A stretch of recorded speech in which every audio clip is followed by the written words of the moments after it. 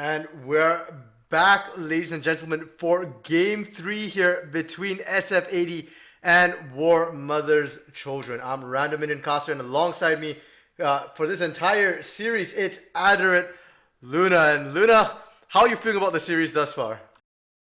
Well, so far I'm right.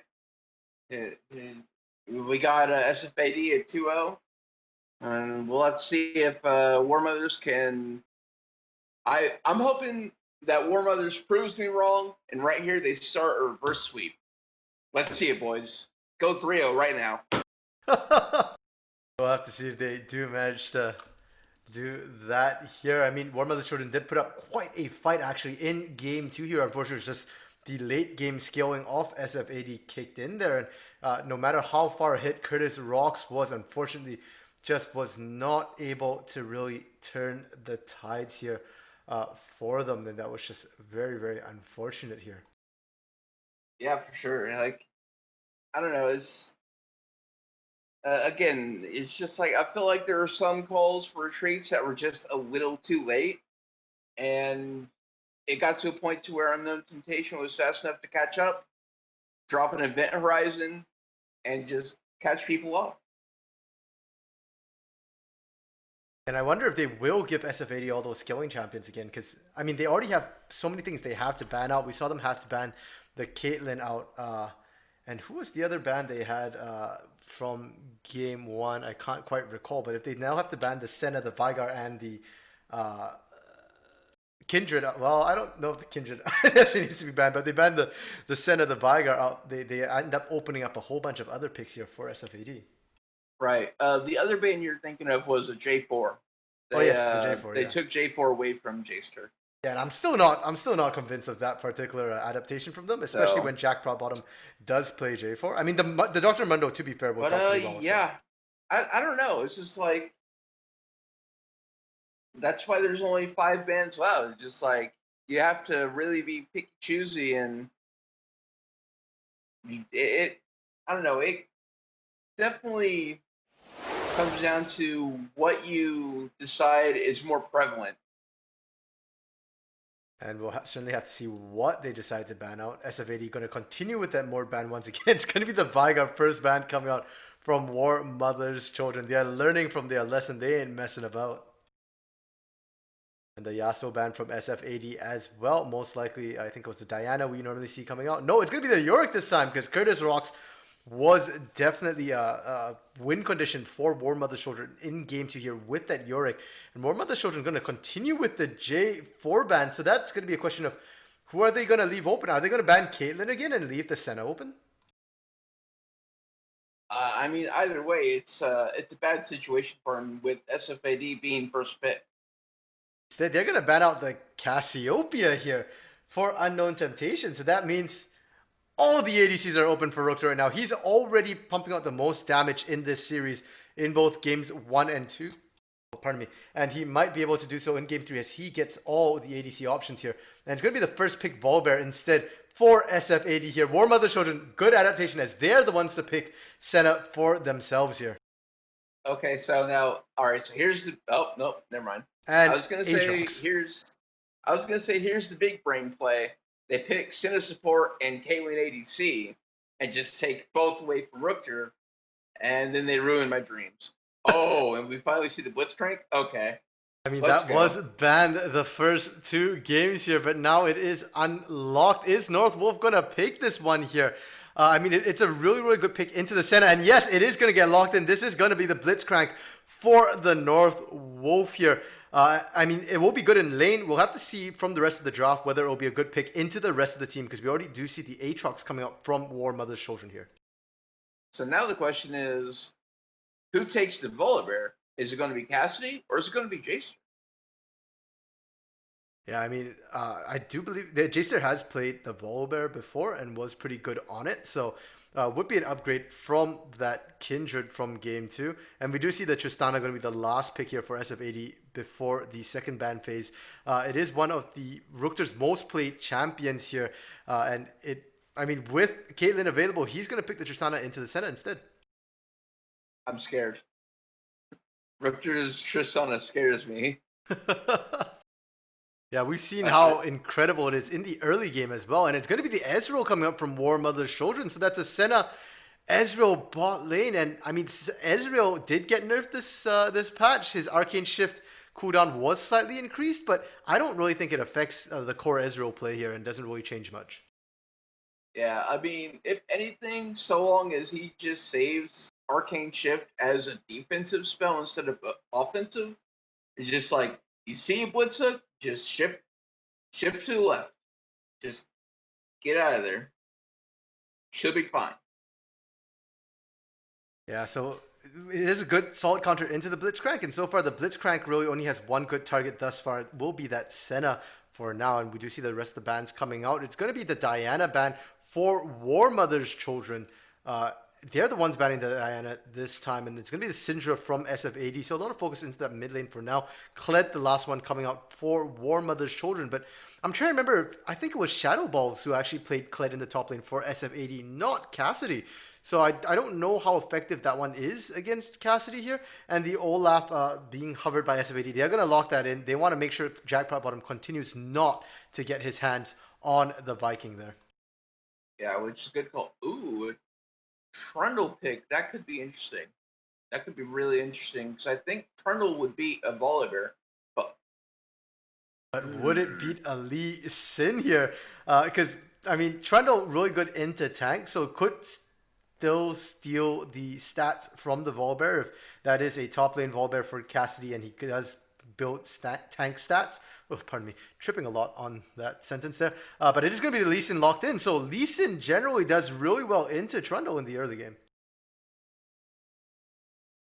okay, so I wonder what their mid's going to be then. Or either way. Yeah, I guess there's also the slight chance that that's not an Ezreal ADC, but an Ezreal mid, and Warmothers hasn't picked their ADC yet. Now, don't get me wrong, I highly doubt that's the case, but it is an option. That's true. And we'll have to see if War Mother's Children does opt to sort of play that sort of game. They do have last pick though, so they do have the opportunity here for Deathstone to try and counter that Orianna for Unknown Temptation here.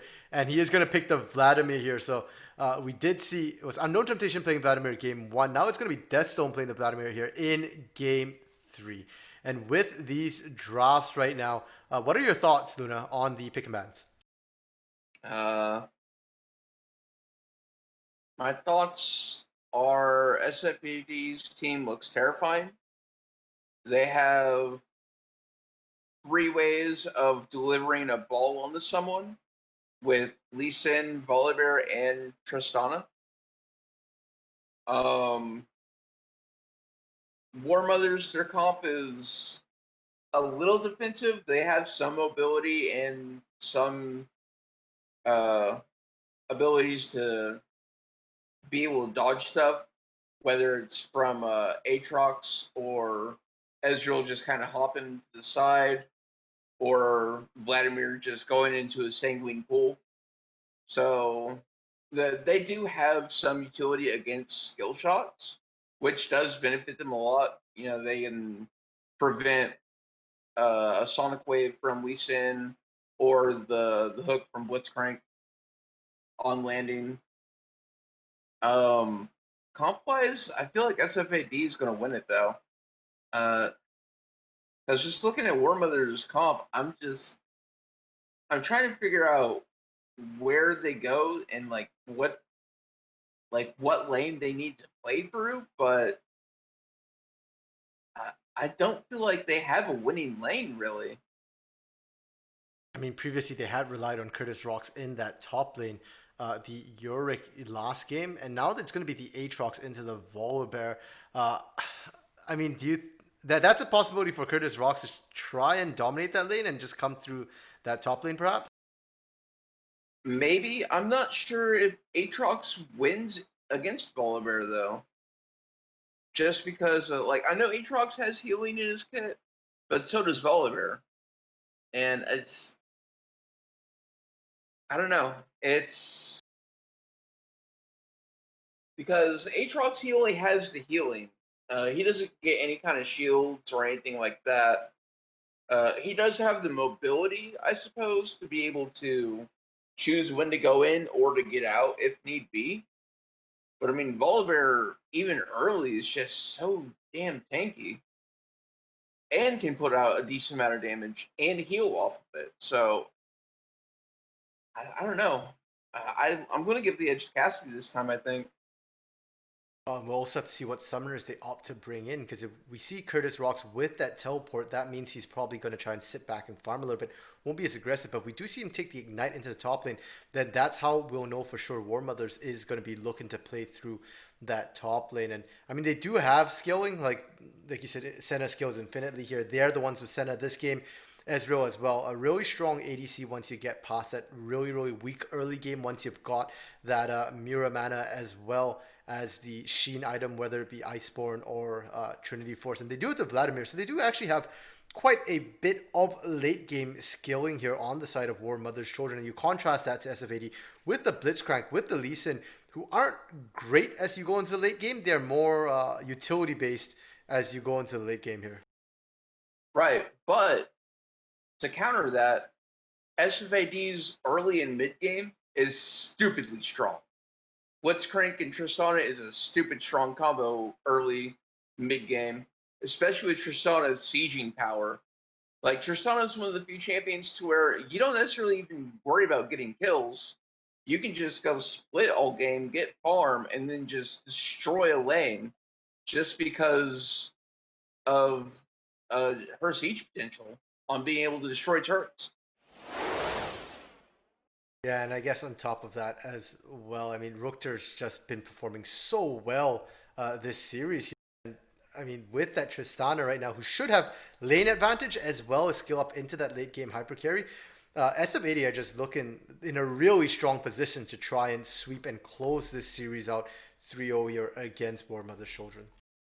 Yeah, so there's going to be one of three options. Either I'm going to be right, Warmothers get to win.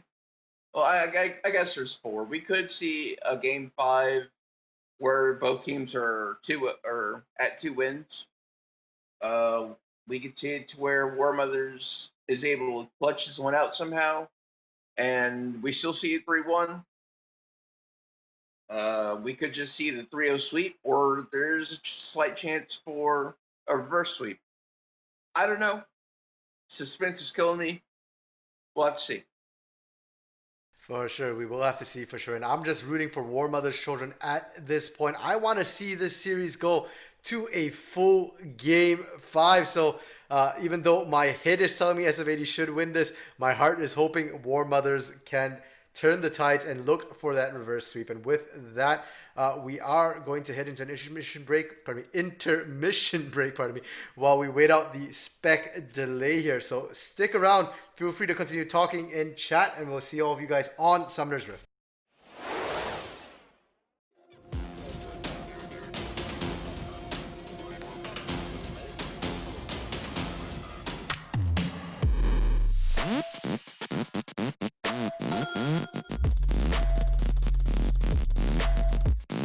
Me.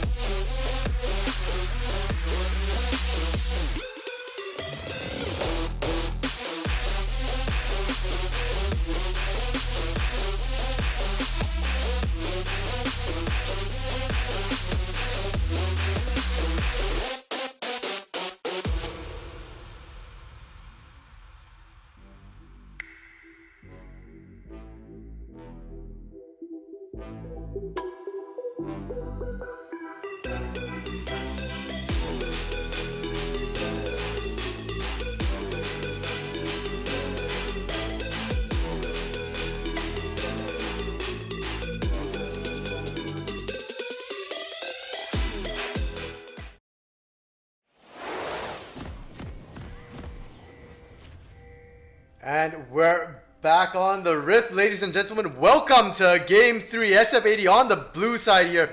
Warmother children on the red side once again. And this time with the Blitzcrank for North Wolf, we might actually see a level 1 invade here as they're all running up the top side. I mean, if there's a game that it's going to happen when you got a Blitzcrank. And I mean, just the straight damage they have. I mean, they have good burst from Orianna. Tristana's got good damage early. I mean, and Warmother's children was not in place to try and counter this. Curtis Rocks does spot them out. He's going to go running away right now. The flash in, they do get, and the failed flash. Curtis Rocks is dead. He's not going to be able to get out. A beautiful flash engage from the North Wolf. And unfortunately for Curtis Rocks, he does not manage to flash over the wall. He puts himself in the pit. There was nowhere to run, and he gets taken down. First blood going over to Unknown Temptation. Yeah, that's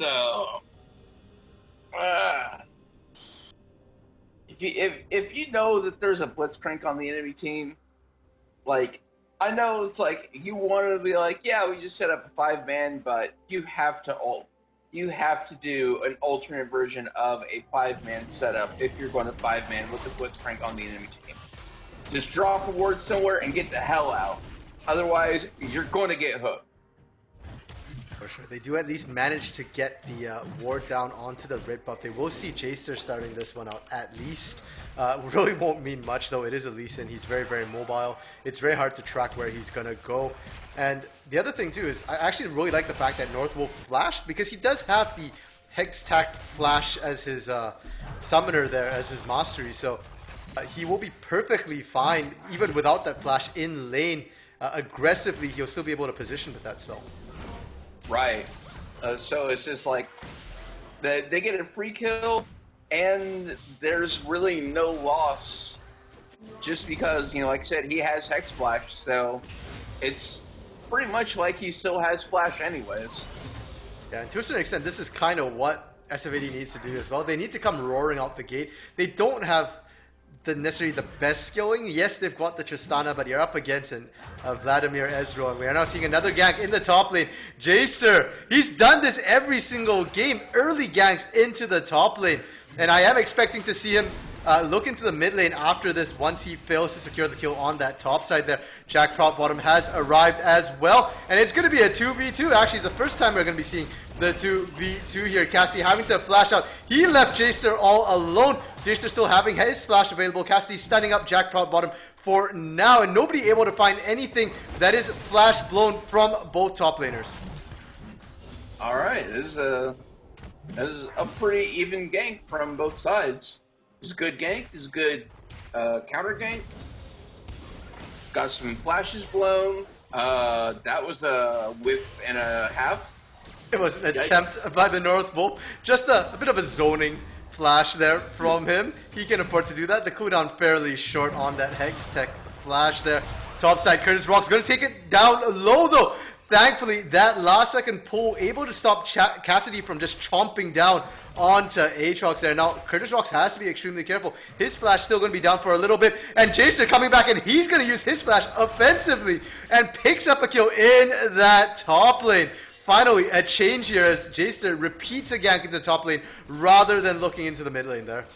Right, and I mean, unfortunately, he did have to use that flash. If he was able to land that Q, he wouldn't have had to. But I mean, just to do it as a safety option, still picks up the kill, gets Cassidy an assist. I mean, it's just free gold all around. For sure, a kill is a kill, and we do see the flash again from Northwolf. It's going to force the flash out of Vipers this time. So, I mean, you can see right now why Warmother's children had to ban Blitzcrank almost every game this series. Yeah, it's the Northwolf. His Blitzcrank is again, to bring the meme back. This is not okay. Definitely. I mean, he has been missing a lot of the hooks there. I haven't seen him land many, but just the pressure he's able to put down. He might have overstayed his welcome this time though. And the pathing, that pillar from Jackpot Bottom doing work, forcing really weird pathing from the Northwolf there, and they do manage to take Northwolf down on that Blitzcrank. Unfortunately, they do lose their mid laner in the process. Jacer able to find a gank into that mid lane, and I mean, if it ain't broke, don't fix it. He's found success in this top mid, bouncing back and forth in the early game, and he finds yet another kill for himself. He's 2-1-1 right now on this Lee Sin. Yeah, it was just back to that fight in bot lane. That was an outstanding pillar by Jack. Like the way that messed up the pathing from Northwolf was just like, it's disgusting when, like, it's bad to see it happen, so imagine what it feels like, you know what I mean? For sure, and I mean, that does also give the kill over to Ancient Fear, and if there's someone you want to give it to, it's exactly Ancient Fear. He's already gotten himself an early Sheen, not seeing the early tier stack, and I actually personally like this a lot, because that Sheen will give him a bit more pressure in lane here, so he can sort of try and match a bit of that early game from Tristana. Top side, Cassie taking a lot of damage, has to use his Stormbringer ultimate to get away from Curtis Rocks there. Will be safe for now, but has to be careful he doesn't get dove under his turret. Right. And I don't know, so far it's been an interesting matchup in that top lane. Yeah, and we see the teleport coming in from Cassidy here. He's looking to try and get onto Curtis Rocks. The movement speed won't be enough, but Curtis Rocks turned around. Will get stunned up. Is going to take a bit of damage here. But again, a good pullback will keep him safe from the rest of the engage. Jacer also did manage to pick up the first Drake. It's Ocean Drake for the third time in a row here as the first Drake. And that's going to go over the way of SFAD. Yeah, that's going to be very useful, especially if you're Cassidy, just because having that extra regen is going to be very crucial to being able to deal with this Aatrox.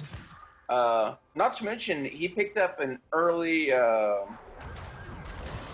Oh, and another beautiful pillar from Jack Proudbottom. The pullback kind of locks Cassie in place, and now Curtis Rocks has to be careful. He might go down here, but he manages to turn the tides at the very last second. That beautiful last second flash there, and they turn the tides. Sure, the Ocean Drake's nice for sustain, but it doesn't matter in an all-in when you're getting ganked, and we're unfortunately going to see Cassie go down in that top lane there. Yeah, if it wasn't for that slow from the pillar and just the pathing alteration, I feel like Cassie probably would have been able to get that second bite off and would have got a nice heal off of it. For sure, and I'm actually really impressed by Jack Proudbottom and how he's played the Trundle so far mid lane. And No Temptation able to survive just barely. The barrier going to keep him safe as he finds the solo kill onto Deathstone in the mid lane here. And that's really bad news for Warmother's children. They've got losing lanes across the board. The engage from Northwolf and the follow-up Ancient Fear going to get tagged. His flash already down, but unfortunately the Buster Shot pushes him away. Is he going to be able to survive? The last tick of Ignite doesn't find him. He survives just barely, 20 health after the Ignite there. And that's still going to give a free lane and lots of turret plates to Rookter and the North Wolf. Yeah, that's the clinch is real if you're Ancient Fear right now. You just be like, no, please, it's not like this. And another fight top. They are bloodthirsty. Unfortunately, this one, again, not going the way of Cassidy here, as we do see the World Ender being used with quick flick down to the bot lane. Is Viper is going to get dove here, potentially, but no rocket grab there for North Wolf available. It is still in cooldown and topside. Cassidy does manage to get away, but had to blow his flash, so that will not be available. And that control ward in that top river bush is still here, so Cassidy has to be careful. He's blind past the river right now. Yeah, he definitely needs to potentially work on his warding, because I don't think I've really seen him do a lot of early warding in that that top river section, which is it's really been hurting him. Yeah, we have seen Jack Bottom help his top laner get a hit quite a few times. Bot side, Rookter is alone here. We did see the North Wolf go back to base, and he's still fighting 1v2. He's somehow able to keep on doing this. Jack Bottom looking to make it a 3v1, but instead, the North Wolf has arrived. Does get a beautiful rocket grab onto Jack Bottom, and we did see him have to flash back out. Now Curtis Rock's getting ganked. He will not get out of this one. Jacer pumping out the damage. Hemoplate comes down into the mid lane. Deathstone looking for the damage onto Unknown Temptation. A beautiful stopwatch to keep him alive for now, but still has to be careful. He's out of mana. He's running away, and that's both mid laners surviving for now here. But Jack Bottom looking to change that up. Jacer, though, finding him. The pillar comes down, but it's locked Jack Bottom into a fight with Jacer here. The Senna ultimate comes across. They don't find anything, and that's Jacer able to win that 1v1 as we expected in the champion select there. Lee Sin is stronger than Trundle in the early game. And bot lane here, we might see a fight break out. They just need to finish clearing out the minions. North Wolf waiting to try and get the rocket grab down. Can he find it? No, he can't. Ancient Fear wisely backing out at just the right time as his last minion goes down. He'll remain safe, and that's still going to be 2 kills here for SFAD. They are finding themselves a nice advantage. Yeah, like, I don't know. I feel like this game hasn't only been 11 minutes. I feel like this game's been longer than what it has been with all that's happened so far this game. Very action-packed. For sure, and I mean, it's very similar to games 1 and 2. A lot of action here. A bit more similar to game 1, I think, where SFAD found very early strong leads and just kind of ran with it. And they're looking like they might do that here again. Jason performing much better here on the Lee Sin as compared to game 2 on that Kindred here. And it's vaguely reminiscent of game 1 where he had that J4 where he couldn't make those early moves, and now he's found Jack Bottom once again in the jungle here. Does have to back out. They did ping Deathstone coming in onto him there. Did not want to get pincered, so Jack Bottom will be just fine with his team backing him up. Yeah, definitely good communication. Yeah, but despite that good communication, Deathstone hurting a little bit in the mid lane. He has been down in lane in CS the entirety of the series thus far, but in game 2 it was because he was roaming. In games 1 and in this game 3 here, he's not really roaming, he's just getting abused in lane, it looks like. Yeah. A lot of that being because Unknown Temptation, he not only does he already have a Luden's Echo, but he has a Dark Steel that he's working on getting them stacks on. He's already at 4 stacks. Yeah, 2 kills there, giving him the stacks. Now Prop Bottom trying to face up a top side. It's going to be Curtis Rock facing off against Cassie. We see the Stormbringer coming down under the turret, but it's his own turret. He's not disabling that. He's just trying to pump out as much damage as he can onto Curtis Rocks. Finally, in the bot side, we do see that 2v2 breakdown, and it might be Jason going down. The Hemoplague doing work, the Ignite as well. He just barely survives. They actually turn the tides. They get Deathstone, and Jack Prop Bottom ain't running anywhere. The rocket grab is good. That's a double kill for Unknown Temptation, and he's suddenly at 8 stacks on that Dark Seal. With Rookter coming up, they're going to strip a bunch of plates off this mid lane turret. Oh yeah, like, I feel like they take 2, maybe 3 plates easily right there. And topside Cassie now looking for Curtis Rocks. Curtis Rocks flashing away. Does get a bit of damage on the turrets, but nothing else. And that's going to be, what is that, 2 plates in the mid lane, as well as the second Drake for the side of SFAD. And the snowball is real right now. Yeah, and with that Cloud Drake being on the table for SFAD, I mean, that's just more ults more often. So that's shockwaves you got to worry about. That's buster shots, Lee Sin kicks, the Volibear ult. I mean, it's just, it's not looking good for Warmother's children. Not at all. Not at all. And we did see Warmother's children really fight back in game 2. So despite being down about, was that 3.8 thousand gold right now, it's not the end of the road for them. They can still look to come back. They can skill up. I mean, that's exactly what SFAD did in game 2. They skilled up, but they have to make sure they don't get caught here. And unfortunately, Curtis Rocks might potentially get caught by Jaster. And North Wolf here to back up. They get the knock up. They're getting the damage down. The Ignite comes down. Curtis Rocks will go down. That's going to be Jaster picking that one up. He's 5-0-3. And the jungle mid lane synergy right now is unreal. They are 5-0-3 and 4-0-3 right now, with the bulk of the action happening around there. 100% of the kills between top and mid. And they get the first turret to boot. Did I say a 2.8 thousand gold lead? Because it's suddenly a 4.8 thousand gold lead. Yeah, and it's probably not going to be stopping there. I mean, Rift Herald is an option that's on the table right now. The bot lane for Warmothers is really low. So, I mean, this is an easy dive, I feel like. Yeah, easy indeed. The Dragon Kick coming across. Jason has to be careful. He's stacking up the turret. And they do manage to get the shields onto him just in time. And there's nothing Ancient Fury can do. If he walks down, there's a Blitzcrank waiting for him. You walk up, there's a Resonating Strike waiting for you on the other side too. And that's going to be the second turret now going down for them. Topside, Cassie facing off against Deathstone here. The Hemo Plate comes out early. But it's not for damage, it's just trying to keep him alive. And while Cassidy was struggling against Curtis Rocks, he has no problem against Deathstone. Does have to be careful though. Stormbringer coming out. He just noms down, and that's Deathstone dead. Now it's Trundle versus Volibear. The Troll versus the Bear. And the Troll gonna win this one out. The last chop from the Trundle this time to find it.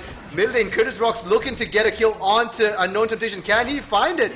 Maybe, maybe not. Instead, it's gonna be Vipers going down as Jaster finding him there. He does finally shut down Unknown Temptation. There's a nice bounty, but he's gonna go down. That's still a 2-for-1 trade worthwhile. And Jack Proudbottom now showing up into that mid lane here. Is he gonna be able to win this trade? We've seen them fight before, and no, he can't. We've seen the Lee Sin Trundle match off, and it was always the Lee Sin winning it. He's now legendary 8-0-4 again, and meanwhile, the inhibitor turret going down at 16 minutes here from Rookter in the bot lane. And that just doesn't show what I was talking about. Rookter has no kills, no deaths, 1 assist, and he has an IE, a Cole, and a dagger, and boots. Just normal, run-of-the-mill boots of speed. Just took an inhib tower. I mean, he's able to do that because the rest of his team right now is so strong. And now Vipers has to be careful. The explosive shot, is it going to be able to find him? No, it's not. Rookter chasing in, though, will be able to go in. They trade 1-for-1, and that's a shutdown going to Vipers there. Normally, you don't want to go on the support, but Ascena, that's perfectly fine. North Wolf, however, not going to be able to escape. We do see Curtis Rocks just running him down. And Warmother's children finding some kills, firing back a little bit, but still down an epic amount of gold at 17 minutes.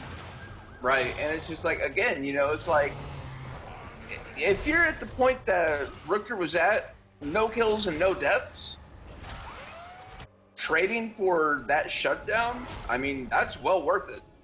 Like, he went, he got the kill, sure, he died for it, but he goes straight from having a dagger to a Storm Razor. Like...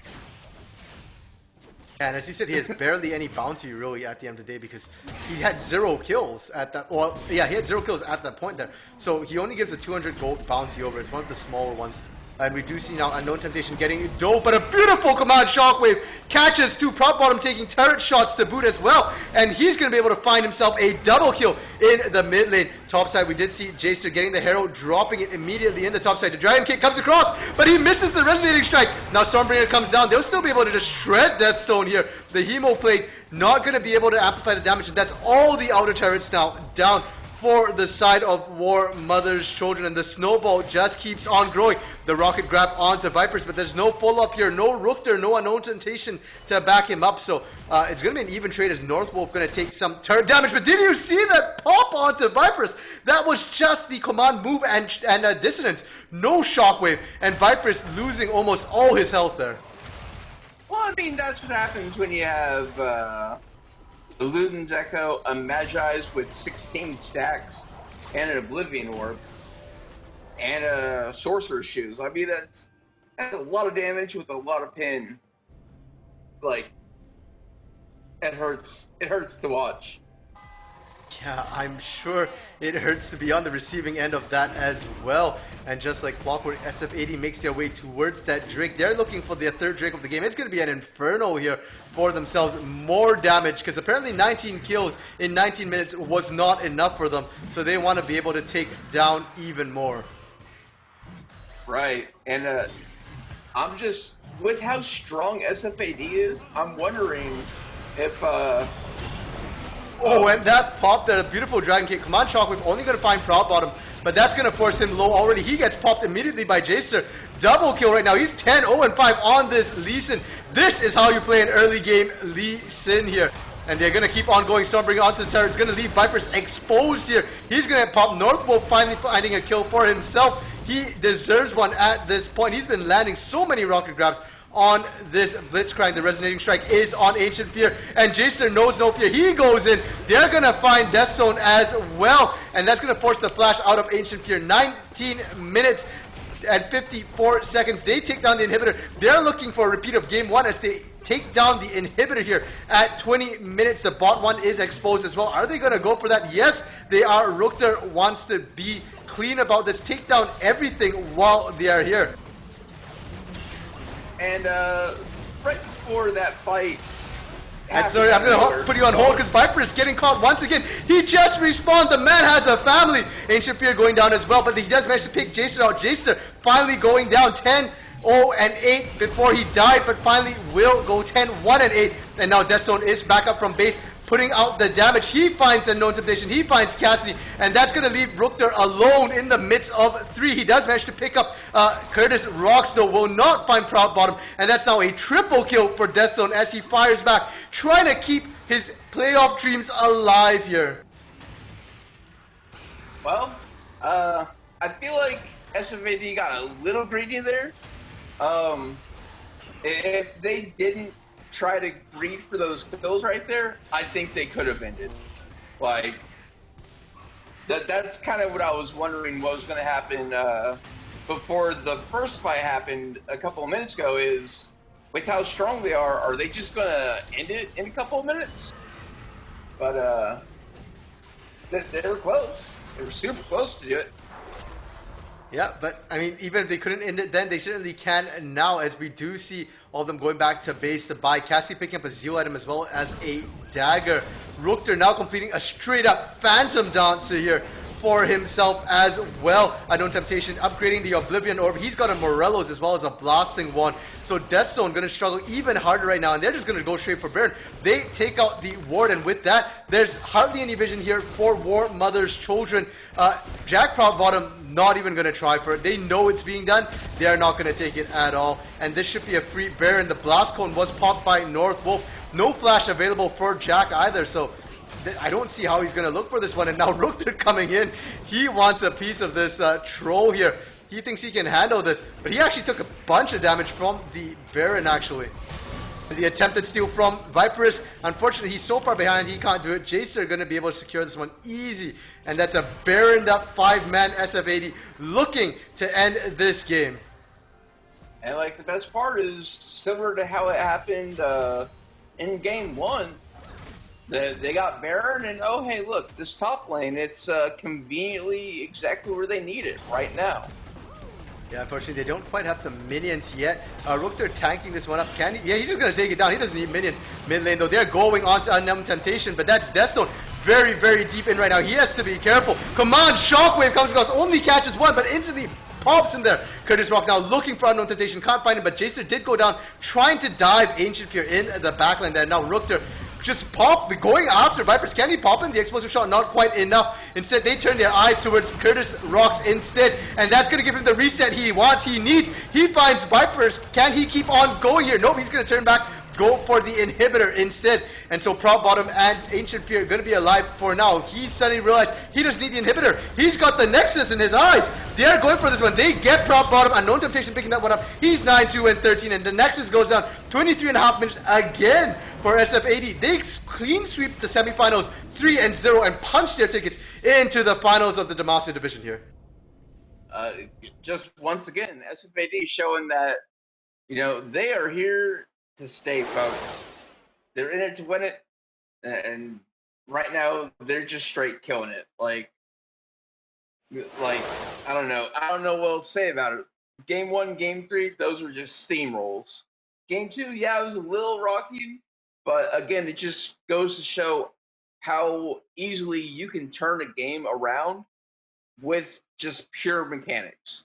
Just being able to play your champions well when they're strong.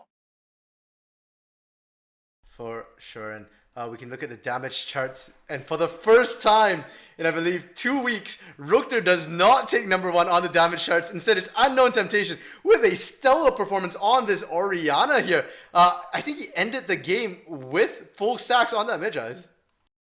Very possibly, but it is something to note that this does usually happen when Rookter plays Tristana.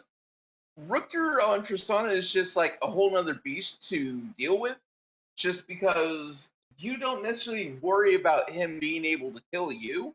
You worry about what he's going to do to your lane in general, because at one point they're like, "Hey, yeah, we have all of our turrets bot lane, it's fine."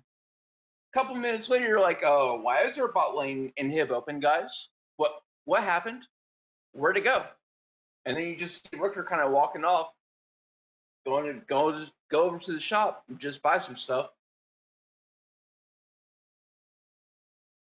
Yeah, and just what a I mean, Warmother's children tried, and honestly, the game 3 just looked like, unfortunately, a bit of misplay in the beginning, and they just got run over from there. But they actually put up a pretty.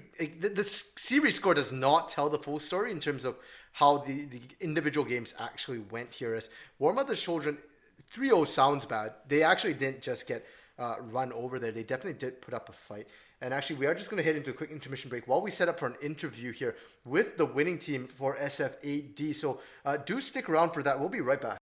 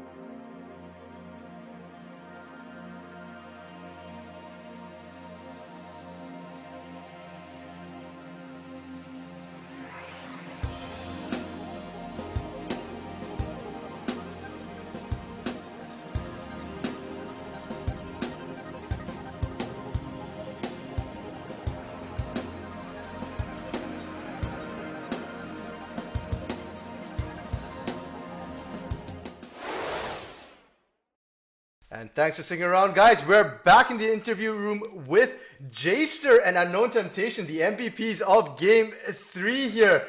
Congrats to you guys. How are you feeling after that series? I'm pretty Pretty hyped. good. I was about to say it was pretty fun. I had a good time. Yeah, for sure. I'm sure you had a good time. I mean, Unknown, you ended 9-2 and 13 there in Game 3. Jster, you went 10-2 and 9 in that last game here. I think it's the best performances you guys have put on throughout this particular series here. But one thing I do want to talk about instead is the semifinals here against Warmother's Children. How did you guys feel preparing for this? I was about to say, I'll let you take this question. Okay. Basically, how I feel about coming into like most comp games is if I'm not the one prepping band, which is usually Rookter, I just try to chill out before games and just come in and play my shit. Fair enough. And for you, Jason, did you prepare anything? I'm gonna be pretty honest here. I kind of joined this team a couple weeks back just to fill in for them when they needed a player, and I've just been kind of playing for them when they need me. And I honestly don't do any preparation at all other than just showing up on time to play. Fair enough. I mean, the players might have changed, but apparently the old Raw Rampage tradition of not practicing for their games is still well and alive here in SFAD. And, for this series here, Jster, Game 2, we bashed your Kindred a little bit there. So I'm going to give you a chance to rebut right now anything we might have said during the game. Okay, so the Kindred pick, I think the pick was actually really, really good in that matchup. Like, we had no way to shred tanks with the Senna bot lane, so we needed a tank shredder. So I was like, okay, Kindred's probably the best jungle tank shredder. Makes sense. I performed pretty well on it a couple weeks back. I think I went like 10-1 and 8 on it or something like that in my very first game that I played on this team. So like, it's just like had a bad start. I didn't get my first mark because it spawned on the opposite side of the map, and they had 4 people down there. And then it just they did a good job of denying my marks. And then I kind of forced a couple really bad plays trying to get my first couple marks, and it just kind of snowballed me into a bad direction. I just got behind, so it was just misplayed by me and well played by them denying the marks. For sure, and I mean, as much as we ragged you for not using that Lamb's Respite pretty much any time. I tried to use it, I promise. Yeah, they did have quite a lot of CC, but that aside, you actually played pretty well. You got a whole bunch of assists, even though you struggled to find kills in that game, and your team still managed to close that one out. No problem there. And for you, Unknown Temptation, I'm not sure if you're aware, but you just broke Rookter's 5-game or 6-game streak where he put out the most damage in all of the games until this one, where you actually came in with the highest damage here. This game you did 24,600, which is a full 10,000. It's 7,000 above Rookter, who was the next closest at 17,000 here. I didn't know he had the thing for that long. I feel like I did more damage. I'm surprised I didn't do more than him in that Veigar game. That one really surprised me. Yeah, we were surprised too, actually. We thought that you probably did the most, but unfortunately, Rookter on that Senna, I think just with the Frozen Mountain Man, he could just keep running people down, perhaps, but he actually managed to out-damage a little bit in that game. So how does it feel now knowing that you finally, officially, did out-damage Rookter here? I mean, I'll take it, I guess. That's not the main goal here. Fair enough. I mean, the main goal is winning, and that means you're in the finals here. Congrats to you guys for making it to the finals. You'll be playing either DOV Chaos or 7... Oh, wait, no. Who is DOV Chaos playing tonight? Luna, do you recall who they're playing? Sorry, I'm having a mind blank right now. I'm actually, not either. It's Prismatic, sorry. So, yeah, they'll be facing DOV Chaos or Prismatic next week. How do you guys feel about that? Do you have a preference for who you want to face in the finals? I'd probably preference DOV since I've played against them once and beat them. I was about to say DOV is the team that we played the first week that I joined the team, right? Yeah. Yeah, I think based on my experiences so far, probably just them, just because we already know how to beat them. For sure. Shots fired here. So DOV Chaos, you've been beaten once before. If you do win your semifinal games tonight, I'm sure that will be a mental shadow for you guys come the finals here. So definitely will be good. And I mean, with that, yeah, I kind of don't have any other questions to ask. So before we end the segment here, is there anything you guys would like to say to the chat or the viewers here? Mid difference. What I'm just gonna say, stop banning my Jarvan. I like playing him. Oh yeah, the Jarvan. Yeah, that was something we didn't understand either. Because on the other side, Jack Bottom does play Jarvan, so I'm not sure why they. Well, I guess it was something that they knew you'd prioritize, perhaps. But yeah, so whoever plays SF80 next week, be nice. Maybe let Jaster play at least one game on it. Give them Yeah, energy. at least game 1, give me Jarvan. Fair enough. And with that, thank you guys for coming on for the interview. Congratulations once again for being the first team to punch your ticket to the finals here. And we look forward to seeing you guys next week. All right. Okay. And with that, Luna, that's kind of it here for tonight. We did see SF80 win 3-0. What do you have any thoughts, on how that series went? No, not really. Like they played super well. I mean, again, like game 2, it was a rough start for them, but again, just like if you can play your champions well when they're strong, it's very easy to come back from a deficit. So it just goes to show the mental that they have. Just like again, just like you can fall back and it sucks. It's not always a fun time. But if you can keep that mental, it's like we got this. We can still win this. All you have to do is just play smart, and it's an easy win. For sure. And yeah, I mean, SF80 has shown that they've got that mental resilience in game 2 here. I mean, in the jungle, pardon me. I don't know, I blanked there. Jaster had a terrible game 2 by his standards, and yet you saw him bounce back in game 3 and just dominate the game on the Lee Sin. I mean, he was the kill leader for SFAD there, and SFAD are just looking horrifying going into the finals. And in the finals, if they face off against DOV Chaos or Prismatic, do you have any thoughts or predictions on what we're likely to see for the finals for Demacia? I think if we see them against DOV Chaos, that will probably be the most exciting match, just because DOV Chaos is probably the other best team in the Demacian League, and I could easily see that one going to 5 games, for sure.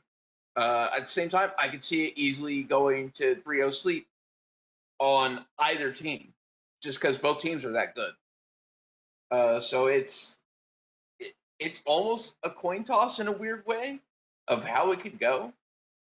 And then it'll be interesting to see how they play against 7 men, since they haven't played against 7 men since they had the roster revamp a couple weeks back. So that will be a little interesting, but I do feel like they will outclass 7 men. It might go 3-1 in the case of SFAD, just because 7 men is a pretty good team in their own rights. Sorry, Demacia. It's not 7 men. I know I said 7 men earlier. It's Prismatic. Oh, my mistake. Prismatic, they're a pretty decent team too. I could still see them going 3-1 potentially.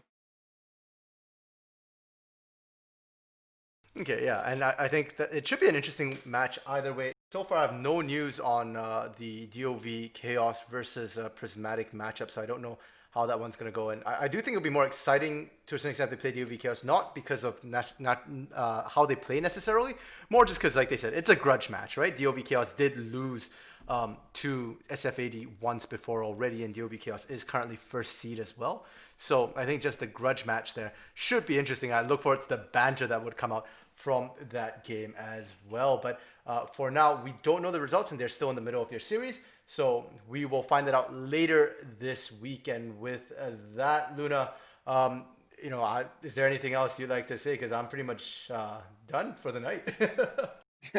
Yeah. No, that's going to be it for us. Just stay safe, everyone. We are definitely getting into the hotter months, so if you have to go outside, stay hydrated. Just be safe in general, health wise, and just take it easy. For sure. And with that, just one last reminder actually before I sign up. The Twitch, we do have the schedule for all the games. They will be streamed, so do feel free to check that out. It's the Silver games. Both will be streamed tomorrow on Saturday. Just have to watch out for if the second game might get delayed there, depending on how the first set of games go. And I believe it will be the other Demacian game on Monday, the two Noxus games on Tuesday and Wednesday at 1 p.m. Eastern. So do tune in to catch the rest of the playoff games. And with that, like Luna said, stay safe. Thanks for tuning in, and we'll see you some other day, some other time.